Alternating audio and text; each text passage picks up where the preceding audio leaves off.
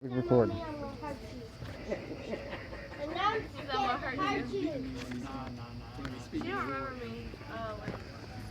Thank you guys for allowing me to speak today. Today, I want to talk to you about one of the people that I admire the most. His name is Joshua Carter. I want to share with you what makes him so admirable. I have the honor of calling him son. Joshua has been a survivor since the day he was born. To understand how strong this child is, we have to go back to the day that he was born. Joshua was born premature at 36 weeks. He had an ABO incompatibility reaction. His bilirubin level was 19.6 and climbing. He had an inactive liver. He was diagnosed with failure to thrive. And what failure to thrive means is he can't retain nutrients, and they don't expect him to live. By the time he was 4 days old, he had lost down to 4 pounds. We weren't expecting for me to be able to bring my baby home, but we did. With the help of some mashed potatoes and some baby formula, Joshua was able to start retaining some nutrients, and he overcame that. When he was 3 years old, Joshua was mauled by a dog 3 days after his grandfather passed away. He had 6 major lacerations on his face. His face was laid open. The doctor had tears pouring out of his eyes while he was stapling them and stitching him back together. Joshua didn't cry. He did make a request that we didn't kill the dog, that it wasn't the dog's fault. The dog was just sad.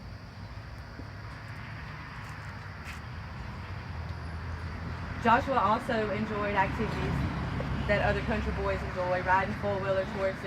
He was an adventurer. He had a bad four-wheeler wreck one day. It flipped about 5 times. He got up and he said, "I'll be all right, I just need to sit down." He's been bucked off of horses.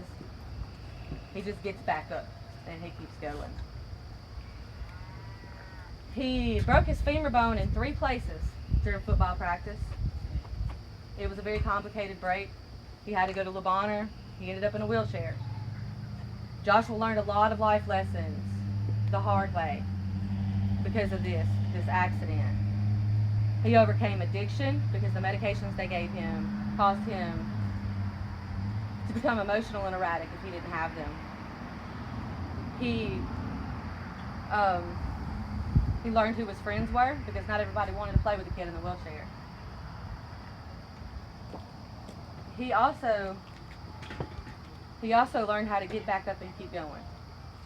Although he had already shown us that he could.